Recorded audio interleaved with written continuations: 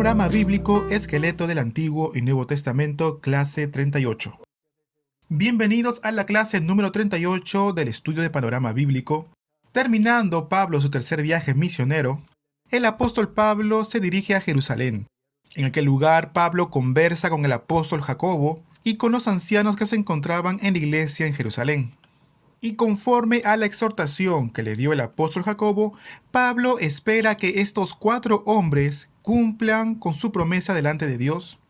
Pablo les paga sus gastos para que estos 4 hombres se corten el cabello. Pablo hace todo esto para poderse ganar a los judíos en favor del evangelio. El apóstol Pablo predicó el evangelio, pero muchas personas, muchos judíos, le acusaban.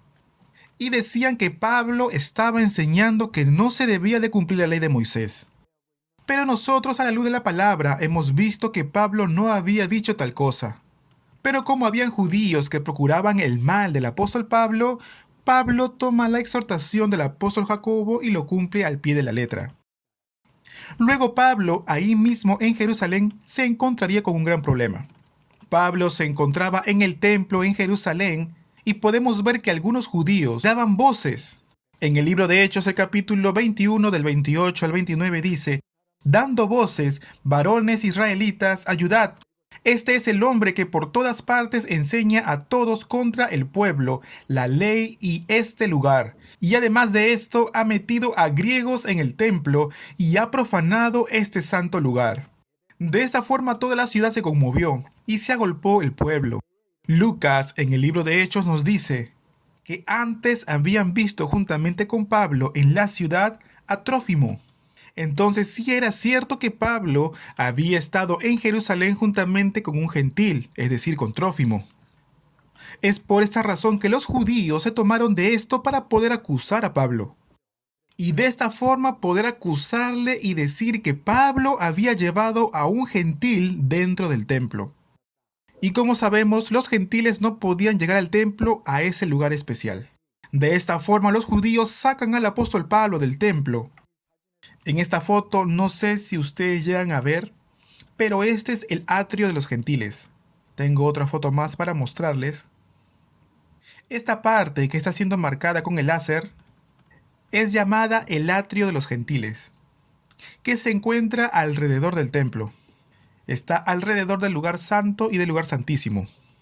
Y hasta aquí es donde pueden llegar los gentiles, no pueden cruzar esta parte.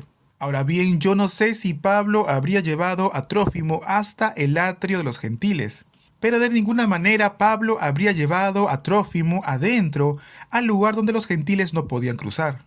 Pero pese a todo esto, los judíos acusan a Pablo y dicen que Pablo había llevado a los gentiles dentro del santuario.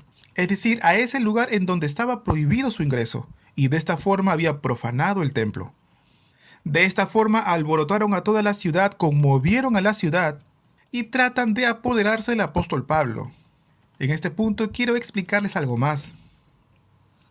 En la parte de abajo podemos encontrar la ciudad de David. Entonces, cuando la gente subía de la ciudad de David, porque esta ciudad se encuentra en la parte más baja, es decir, la ciudad de David es más baja que el templo.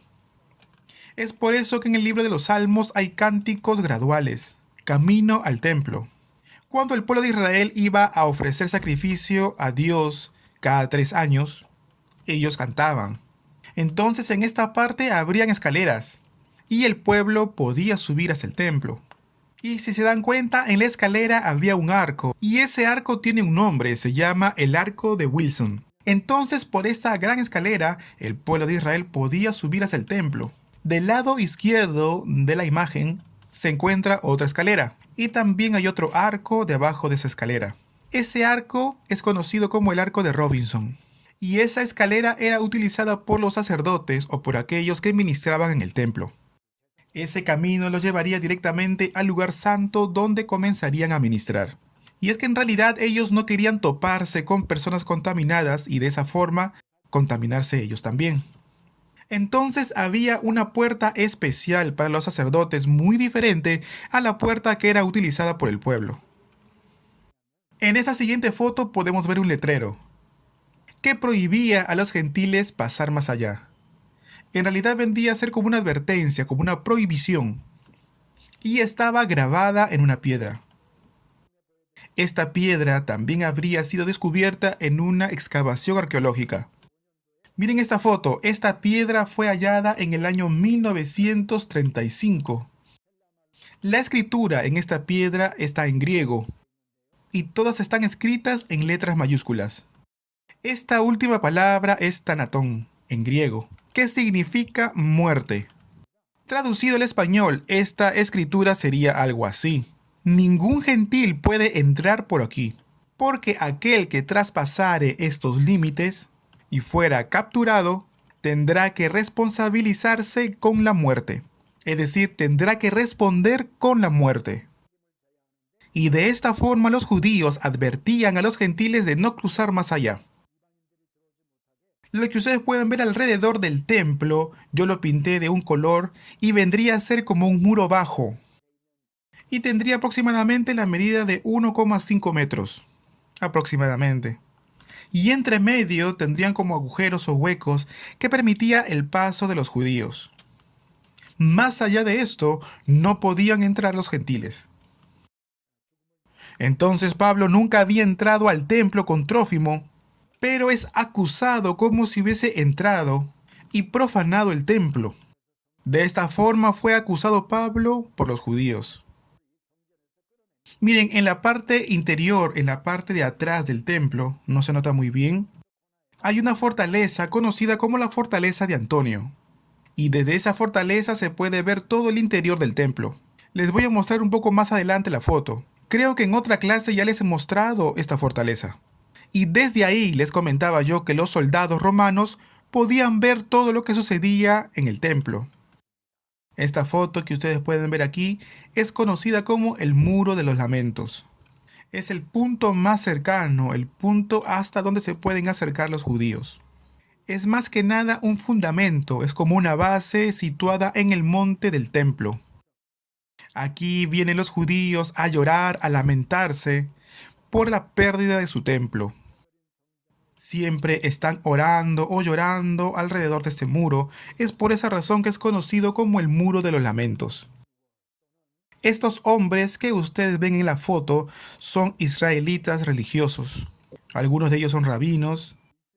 Ellos no trabajan en realidad, ellos oran, enseñan a tiempo completo. Así serían más o menos las personas que habrían apedreado a Pablo en aquel entonces. En Hechos 21, 31 y 32 dice: y procurando ellos matarle, se le avisó al tribuno de la compañía que toda la ciudad de Jerusalén estaba alborotada. Tomando luego soldados y centuriones, corrió a ellos. Y cuando ellos vieron al tribuno y a los soldados, dejaron de golpear a Pablo. Entonces podemos ver que el apóstol Pablo fue apedreado casi hasta la muerte, pero fue librado por el tribuno y por los centuriones. Después de esto, Pablo es llevado a la fortaleza de Antonio. Miren este hombre que está a mi derecha en la foto. En la parte de arriba, sobre su cabeza, hay como una cajita pequeña. En esa caja se encuentra la palabra. Y como dice en el libro de Deuteronomio, en su brazo también se encuentra allí la palabra atada. Ellos interpretan literalmente la palabra de Dios y tratan de guardarla al pie de la letra. En esta siguiente foto es la foto de la fortaleza de Antonio, de la cual justo yo les estaba hablando hace un momento. En esta fortaleza se quedaban los soldados romanos, los centuriones, el tribuno romano, y dentro de la fortaleza también habían como unas prisiones o algunas celdas. El pueblo de Israel siempre se reunía mucho alrededor del templo. Entonces era primordial interés de ellos poder observar al pueblo en todo momento. Y esta era la fortaleza de Antonio. Entonces, después de que casi muere Pablo a mano de los judíos, el tribuno y los centuriones toman a Pablo y lo llevan dentro de la fortaleza. Entonces Pablo le pregunta al tribuno y le dice: ¿se me permite decirte algo? Y como Pablo le habló en griego, él muy sorprendido le dice: ¿sabes griego? Pablo le responde y le dice: sí, yo hablo griego. Sigue hablando y le dice: te ruego que me permitas hablar al pueblo, a aquellos mismos que trataron de apedrearme. Y de esta forma el tribuno le permitió a Pablo poder hablar con los judíos. Pablo luego da testimonio delante de todos ellos cómo es que conoció a Jesús y qué fue lo que le dijo Jesús. Hechos capítulo 22 verso 18. Y le vi que me decía: date prisa y sal prontamente de Jerusalén, porque no recibirán tu testimonio acerca de mí. También dijo: ve, porque yo te enviaré lejos a los gentiles. De esta forma, el apóstol Pablo estaba dando testimonio de su conversión. Cómo fue que camino a Damasco, él fue hallado por el Señor. Y después de compartir su testimonio, Pablo le cuenta a los judíos lo que el Señor le había dicho. Cómo es que le permitió salir de Jerusalén para que fuera a predicar de esta forma a los gentiles. Y ya los judíos, al escuchar esto, comenzaron a levantar su voz diciendo, verso 22, quita de la tierra a tal hombre, porque no conviene que viva. De esta forma tuvo que intervenir el tribuno y los centuriones. Y de esta forma es encarcelado Pablo. Al día siguiente de este suceso, el tribuno le pregunta a Pablo, ¿por qué los judíos lo estaban acusando? Y soltando a Pablo, lo llevan delante de los sacerdotes. Allí en Jerusalén había un concilio, el concilio del Cenedril. Este concilio se encontraba dentro del mismo templo, y colocan a Pablo delante de los principales sacerdotes. En otras palabras, los soldados llevaron a Pablo para que sea juzgado. De esta forma, el tribuno presenta delante del Cenedril a Pablo para que éste responda a sus preguntas. Me gustaría que puedan ver la siguiente foto. Esta foto es la foto de una tumba en la antigüedad. Entonces Pablo, estando en el concilio frente al Cenedril, él les predica. En el capítulo 23 dice: varones hermanos, yo soy fariseo, hijo de fariseo, acerca de la esperanza y de la resurrección de los muertos se me juzga. Es decir, que Pablo estaba siendo juzgado por la esperanza de la resurrección, por la esperanza de la resurrección de muertos. Y es justamente por esto que es juzgado Pablo. Verso 11. A la noche siguiente se le presentó el Señor y le dijo: ten ánimo, Pablo, pues como has testificado de mí en Jerusalén, así es necesario que testifiques también en Roma. Amados seminaristas, el apóstol Pablo habría testificado con denuedo delante del concilio, delante del Cenedril.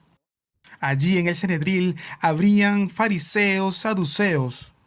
Pero antes que nada, pensemos en qué se diferenciaban los esenios, los fariseos, los saduceos y los celotes, como también otras escuelas existentes en aquel entonces. ¿Quiénes entonces eran los saduceos? Eran los descendientes del sumo sacerdote. A fines del siglo VI, antes de Cristo, cuando el pueblo de Israel comenzó a retornar del cautiverio babilónico, los judíos en el siglo V comenzaron a levantar nuevamente el templo de Jerusalén. Los saduceos son descendientes de aquellos que levantaron el templo en Jerusalén, y ellos son los que ocuparían el lugar más importante entre los sacerdotes. En el siglo II o III antes de Cristo, ellos echarían fuera a todos los levitas que ministraban en el templo, y de esta forma ellos se adueñan del sacerdocio. Y ya para el siglo II antes de Cristo, ellos decían ser descendientes de Sadoc, el sumo sacerdote en los tiempos del rey Salomón. Ellos reconocían tan solamente el Pentateuco como el canon bíblico, y rechazaban la tradición oral judía. Luego, en el año 70 después de Cristo, en la destrucción del templo, ellos desaparecieron por completo y fueron absorbidos por los fariseos. En el año 70 después de Cristo, con la destrucción del templo en Jerusalén, los saduceos, como habían nacido dentro del templo, como ya no había templo, desapareció por completo también esta escuela. Y es así como los fariseos absorben esta escuela. Los saduceos negaban la existencia de los ángeles. Tampoco creían en la resurrección del cuerpo. Pero también, por otro lado, se encontraba la escuela de los fariseos. Fariseo significa separado, aparte o separatista. Esta corriente nació en el siglo II a.C., pero según la tradición oral, su origen se remonta en el siglo V a.C. y se remonta hasta Esdras el escriba. Y en el siglo II a.C. serían expulsados por los saduceos. Yo les había dicho que los saduceos habían expulsado del templo a los levitas. Entonces, los que servían como sacerdotes, los que pertenecían a la tribu de Leví, que ministraban en el templo, y que habían sido expulsados por los saduceos, conformarían este nuevo grupo, que se llamarían fariseos. Los saduceos se centran en el templo. Los fariseos, por otro lado, se centran en las sinagogas. Los fariseos sí creen en la resurrección del cuerpo, en la existencia también de los ángeles, y que nuestro espíritu no muere y vive eternamente. Bueno, les he explicado un poco acerca de los fariseos y de los saduceos. Quizá se pueden olvidar de todo lo que les he dicho, menos de esto, que los saduceos negaban la existencia de los ángeles y no creían en la resurrección del cuerpo. Y los fariseos sí aceptaban la existencia de los ángeles, también creían en la inmortalidad del espíritu y la resurrección del cuerpo. Aparte de los saduceos y de los fariseos, había otro grupo muy importante dentro de los judíos, y eran conocidos como los esenios. Los esenios eran ascéticos. Los esenios creían en la doctrina de la predestinación, que todo era conforme a la voluntad de Dios, que el hombre era una creación totalmente perdida en el pecado. Ellos sostenían que solamente aquellos que estaban dentro de la comunidad esenia o de los esenios podían ser salvos o eran salvos. Ellos se habrían apartado de los fariseos por considerarlos corruptos. Los esenios vivían en comunidad y servían a Dios llevando una vida muy rigurosa. Los esenios se centraban mayormente en monasterios. Algunos teólogos consideran que Juan el Bautista habría pertenecido a los esenios en su infancia. Entonces hemos visto a los saduceos, a los fariseos y a los esenios. Por otro lado, también podemos encontrar a los celotes, que era considerado otro grupo religioso. Los celotes eran como los esenios, pero más progresistas. Los celotes eran quienes se oponían al dominio del Imperio Romano y se resistían en contra de este imperio. Ellos eran los celotes. Entonces, estos eran los 4 grupos religiosos más importantes entre los judíos: los fariseos, los saduceos, los esenios y los celotes. Entonces eran 4 grupos religiosos. Ahora sí, volviendo a la Biblia, en el concilio, Pablo dice: ustedes los fariseos también creen en la resurrección de los muertos. Y yo he predicado acerca de la resurrección de los muertos y es por esa razón que me están acusando. Y allí, en medio del Cenedril, habían fariseos y saduceos. Y la Biblia nos dice que cuando Pablo dijo esto, hubo disputa entre estos dos grupos. Luego vemos que en esa misma noche, Dios le habla a Pablo y le da ánimos. Y le dice que así como él había testificado en Jerusalén, era necesario que él también testifique de Jesús en Roma. Al día siguiente de todo esto, los judíos dicen que no comerán ni beberán hasta no matar a Pablo. Y eran 40 judíos quienes habían jurado esto. Yo creo que habrían sido los celotes quienes habrían hecho este juramento. Y lo habían hecho bajo maldición. Y lo harían hasta que dieran muerte a Pablo con sus propias manos. Y dicen que eran 40 los que habían hecho este juramento. Nos dice la Biblia en Hechos capítulo 23, verso 13. Luego vemos que el sobrino de Pablo oye esto, un plan que habían elaborado los 40 hombres, el cual era pedir que Pablo sea llevado ante el concilio para poder acusarle de cualquier cosa, y que camino hacia el concilio lo acecharían para poder matarle. Este era el plan de estos 40 hombres para poder matar a Pablo. Pero el sobrino de Pablo oye este plan y entonces advierte a Pablo que se encontraba en prisión. Y Pablo a su vez le dice a su sobrino, dile al tribuno, y de esta forma su sobrino va ante el tribuno y le cuenta todo este plan. El tribuno tenía el deber de cuidar, de velar por su preso. En realidad era él, el tribuno, quien tenía la responsabilidad de velar por el preso, porque en realidad todavía no había sido juzgado, ni sentenciado. Entonces, si moría Pablo, el tribuno tendría problemas. De esta forma, el tribuno planea mandar a Pablo ante el gobernador. Pablo ahora se encontraba preso, pero manda con algunos soldados a Pablo a Antípatris. ¿Dónde queda Antípatris? Esto que se encuentra en rojo vendría a ser Jerusalén. Antípatris se encontraba un poco más hacia el norte, y aquí en este punto rojo sería Antípatris. Antípatris en el Antiguo Testamento era conocida como Afec. Al final de la era de los jueces, yo les conté que en Afec fue en donde los filisteos acamparon. Y les conté también que Israel había acampado en Ebenezer. Pelearon los dos y al final el pueblo de Israel llevó el arca del pacto a la batalla. Los filisteos toman el arca del pacto y se lo llevarían a Asdod. Ese Afec es el mismo Afec. Pero en el Nuevo Testamento, Afec tomaría el nombre de Antípatris. Entonces, hasta este lugar habría sido llevado Pablo. Estaba rodeado por soldados y de ese lugar nuevamente sería llevado a Cesarea. Entonces es llevado Pablo de Jerusalén a Antípatris y de Antípatris a Cesarea. Vamos a ver la siguiente foto. En la época del apóstol Pablo, no habían muros como estos, pero fue recién en el Imperio Otomano, cuando dominó Israel, fue que levantaron estos muros. Esta foto habría sido tomada de lejos y la otra es de cerca. Y aquí podemos ver la fortaleza de lejos. Era conocida como la fortaleza turca de Otomán.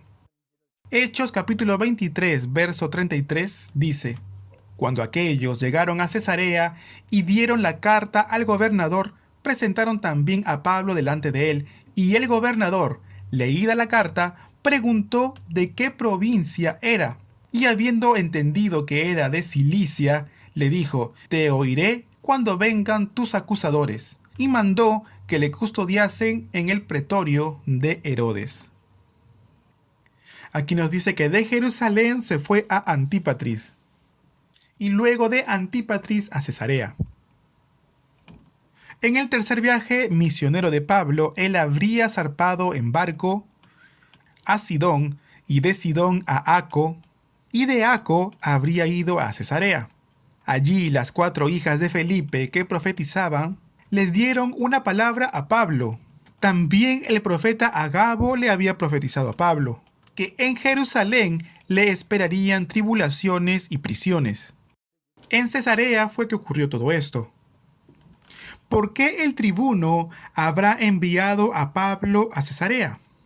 El Imperio Romano enviaba a un gobernador para poder gobernar sobre Judea, y la casa del gobernador se encontraba en Cesarea. Es por esa razón que llevaron a Pablo a Cesarea. En aquel tiempo, el gobernador era Félix. Entonces Félix le pregunta a Pablo: ¿de dónde eres? Y le dicen que él había venido de Cilicia.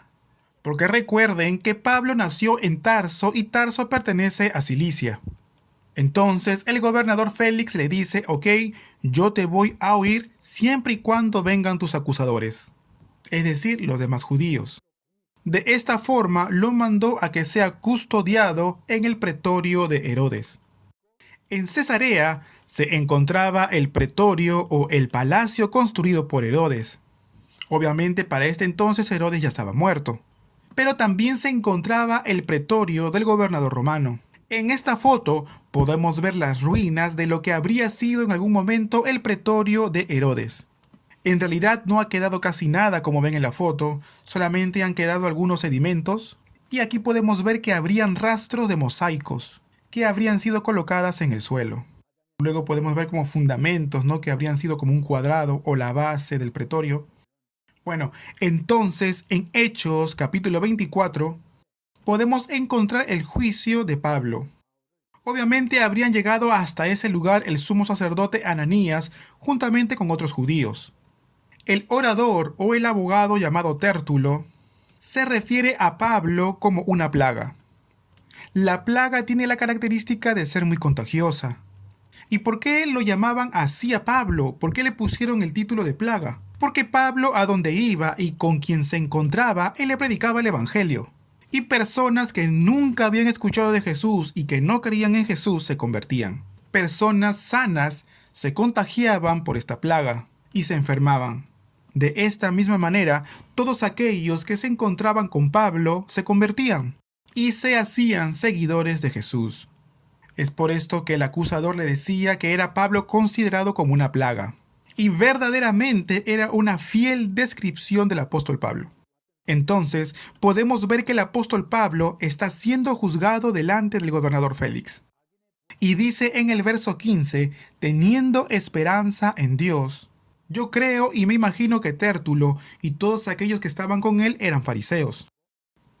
Y Pablo dijo, pero esto te confieso que según el camino que ellos llaman herejía, así sirvo al Dios de mis padres, creyendo todas las cosas que en la ley y en los profetas están escritas. Teniendo esperanza en Dios, la cual ellos también abrigan de que ha de haber resurrección de los muertos, así de justos como de injustos. Entonces Pablo comienza a alegar y cuenta este punto en común entre los creyentes y los fariseos.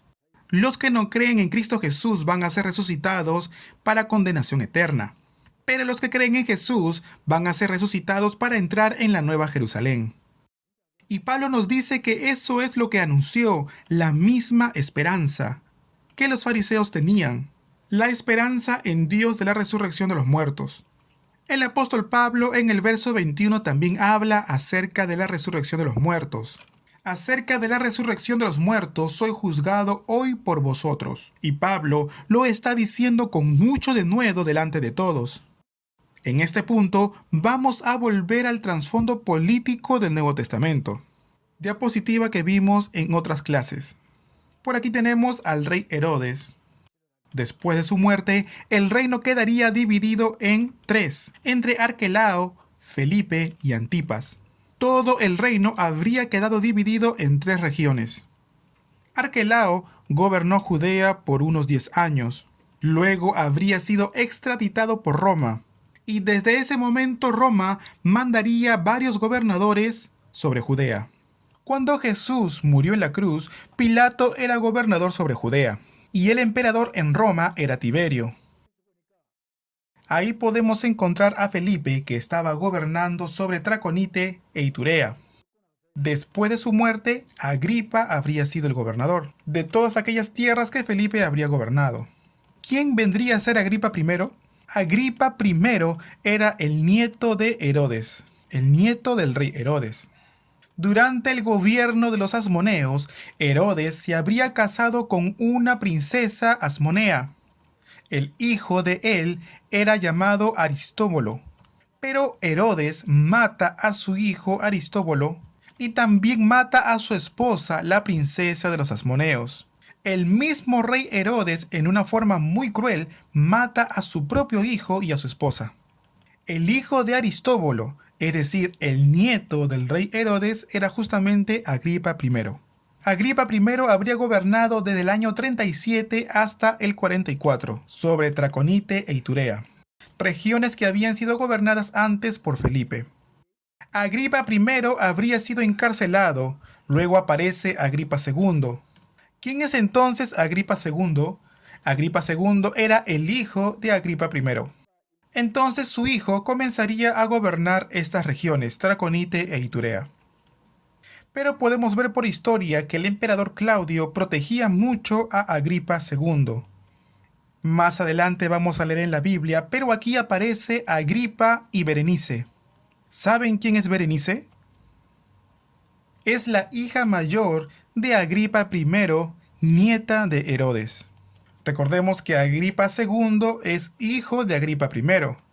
En otras palabras, Berenice era la hermana mayor de Agripa II. Por historia, se cuenta que estos dos hermanos habrían cometido fornicación. ¿Y dónde es que el apóstol Pablo habría sido enjuiciado, encarcelado? Es justamente en este tiempo, bajo el gobierno de Félix. Pero al mismo tiempo, Agripa II era gobernador de Traconite e Iturea. Y también se encontraba Berenice juntamente con Agripa.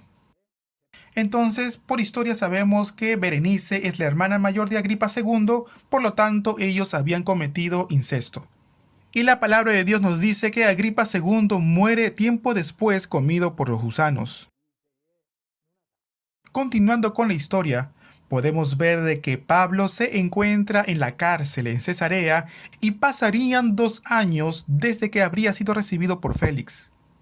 Después Félix envía a Pablo con Festo, porque Félix se retiraría como gobernador. Félix sabía muy bien que Pablo no había cometido ningún crimen, pero para agradar a los judíos, dejó preso a Pablo y en manos de Festo. Capítulo 24, verso 27 del libro de Hechos. Pero al cabo de 2 años recibió Félix por sucesor a Porcio Festo, y queriendo Félix congraciarse con los judíos, dejó preso a Pablo. Entonces podemos ver que Festo vendría a ser el siguiente gobernador. Y de esta forma el juicio continuaría en manos de Festo. Pablo, en Hechos capítulo 25, verso 10, dice lo siguiente: Ante el tribunal de César estoy, donde debo ser juzgado. Es decir, que Pablo habría apelado al César para ser juzgado por él. ¿Por qué? Porque el apóstol Pablo era ciudadano romano. No podían encarcelar ni azotar a ningún ciudadano romano, sin antes haber juzgado primero sus delitos. Entonces el gobernador Festo envía a Pablo a Roma. Pero vamos a ver el juicio en donde se encuentra el rey Agripa, Berenice y también Festo. Verso 13 dice así: Pasado algunos días, el rey Agripa y Berenice vinieron a Cesarea para saludar a Festo. Y dice la palabra que Berenice y Agripa vinieron a saludar a Festo. ¿Se acuerdan que habíamos dicho que Berenice y Agripa II eran hermanos? Y como estuvieron allí muchos días, Festo expuso al rey la causa de Pablo. Entonces Festo va a llamar a Pablo para recibir algún tipo de ayuda de Agripa, para poder juzgar correctamente a él, a Pablo. El apóstol Pablo, con mucho denuedo, le dice: ¿Se juzga entre vosotros cosa increíble que Dios resucite a los muertos? Hechos capítulo 26, verso 8. Y de esa forma Pablo comienza a compartir su testimonio y comienza a hablarles cómo era él antes, cómo fue hallado por el Señor cuando se encontraba camino a Damasco y cómo habría sido su vida desde aquel encuentro, cuando recibió a Jesús como su Salvador. Verso 15: Yo entonces dije: ¿Quién eres, Señor? Y el Señor dijo: Yo soy Jesús a quien tú persigues. Pero levántate y ponte sobre tus pies, porque para esto he aparecido a ti, para ponerte por ministro y testigo de las cosas que has visto y de aquellas en que me apareceré a ti. Así fue que le dijo el Señor. Y de esta forma Pablo comparte su testimonio con denuedo. También le dijo en el verso 29: Quisiera Dios que por poco o por mucho, no solamente tú, sino también todos los que hoy me oyen, fueseis hechos tales cual yo soy, excepto estas cadenas. Pablo se estaba refiriendo a Agripa, al gobernador Festo, y todos aquellos que estaban allí oyendo el juicio de Pablo. Y les decía que ellos eran libres, ellos no estaban en prisión. Ellos no estaban en la condición que se encontraba el apóstol Pablo. Él se encontraba encadenado. Pero pese a todo esto, Pablo habla con denuedo y comienza a hablar con mayor libertad que ninguno de ellos. Y Pablo les dice: ¿Cómo quisiera que ustedes fuesen hechos tal como soy yo, excepto por estas cadenas? Amados seminaristas, nosotros, aquellos que creemos en Cristo Jesús, necesitamos tener esta convicción, tal cual la tuvo Pablo en su momento. y que por medio de esta convicción podamos predicar el Evangelio de Cristo y anunciar el Evangelio a muchos para que muchos se conviertan al Señor. Sigamos leyendo entonces Hechos capítulo 26, verso 18. Sigamos leyendo verso 18. Para que abra sus ojos, para que se conviertan de las tinieblas a la luz y de la potestad de Satanás a Dios, para que reciban por la fe que es en mí perdón de pecados y herencia entre los santificados. El apóstol Pablo está hablando con mucho denuedo ante el emperador. Entonces Festo a gran voz dijo: «Estás loco, Pablo, las muchas letras te vuelven loco». Y en el verso 28, Agripa le dice a Pablo: «Por poco me persuades a ser cristiano».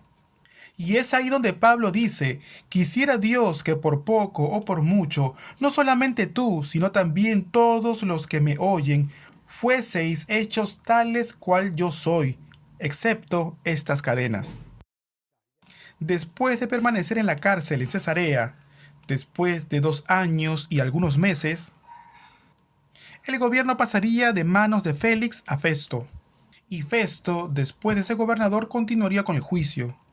Es por esta razón que habrían pasado unos 2 años y un poco más, desde que Pablo estuvo en cárcel en Cesarea.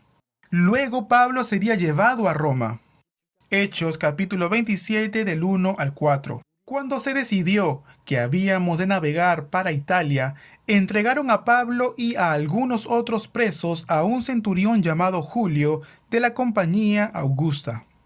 Julio entonces sería el centurión que llevaría a Pablo a Roma.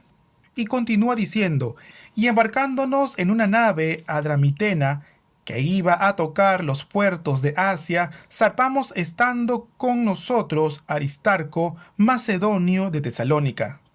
Al otro día llegamos a Sidón». Entonces nos dice que de Asia se dirigieron a Sidón. Yo les había dicho anteriormente que Tiro, Sidón, Sarepta eran las 3 ciudades principales de Fenicia. Y en ese entonces toda esa zona era gobernada por Siria. Continuemos. Y Julio, tratando humanamente a Pablo, le permitió que fuese a los amigos para ser atendido por ellos. Podemos ver que Julio entonces le da libertad a Pablo para que él pudiese conversar con los cristianos que se encontraban allí. Y haciéndonos a la vela desde allí, navegamos a Sotavento de Chipre, porque los vientos eran contrarios. Entonces podemos ver que el barco rodea la costa, bordea el continente, donde habría menos viento. Habiendo atravesado el mar, frente a Cilicia y Panfilia, arribamos a Mira, ciudad de Licia. Nos dice la palabra de Dios Cilicia y Panfilia, es decir, que cruzaron el mar. Y dice la palabra de Dios que arribaron a Mira, que era una ciudad de Licia. En esta foto podemos ver Panfilia, que es la costa, y dice la palabra de Dios que después arribaron a Mira. En esta foto que pueden ver en sus pantallas, vendrían a ser sepulcros. Dice la palabra de Dios que llegaron a Mira, y de Mira ellos se dirigen a Creta. Sigamos leyendo entonces verso 6 del capítulo 27 del libro de Hechos. Y hallando allí el centurión una nave alejandrina, es decir que cambiaron de nave, que zarpaba para Italia, nos embarcó en ella, navegando muchos días despacio y llegando a duras penas frente a Nido, porque nos impedía el viento. En aquel tiempo los barcos eran muy precarios y se dejaban guiar por el viento. Entonces, cuando el viento no soplaba con dirección a su destino, avanzaba muy lento. Y la palabra nos dice que estuvieron frente a Nido porque el viento se los impedía. Navegamos a Sotavento de Creta frente a Salmón. Y costeándola con dificultad llegamos a un lugar que llaman Buenos Puertos. Miren en la siguiente foto, esto es Buenos Puertos, que se encuentra en la isla de Creta. En esta foto podemos ver el mapa de Creta. Por ahí vemos Salmón, se encuentra Fenice y Buenos Puertos. Entonces la palabra nos dice que llegaron aquí, a Buenos Puertos, como en la foto que pueden ver aquí, el puerto de Fenice. Entonces el apóstol Pablo dice: pasemos el invierno aquí. Pablo decía que de repente iba a haber muchas pérdidas, mucho perjuicio, así que mejor debían de quedarse en aquel lugar. Les decía que convenía mejor quedarse todo el invierno ahí y luego zarpar ya en primavera. Pero el general Julio daba más crédito al patrón de la nave y al piloto, que de repente lo que Pablo les estaba diciendo. Pablo era hombre de Dios, y Dios le había dicho a Pablo que él debía de dar testimonio en Roma, tal cual como él había dado testimonio en Jerusalén. Dios le había dado ánimo a Pablo y le había confirmado esto varias veces. Por eso que decimos, Pablo era hombre de Dios y ellos debieron haber oído lo que Pablo les había dicho. Pero fue considerado como un hombre sin experiencia en esto. Es por esta razón que solamente se valieron de la experiencia del mundo. Pero amados, más importante que la experiencia secular es la experiencia y la obediencia a la palabra de Dios. Entonces la palabra nos dice que zarpan en barco de buenos puertos y querían llegar a Fenice. Porque el piloto y el patrón de la nave dijeron de que les convenía tal vez mejor estar en Fenice. Y allí, en Fenice, podían de repente encontrar mejores opciones. Entonces, de esta forma, el centurión oye lo que tenía que decir el patrón y el piloto de la nave.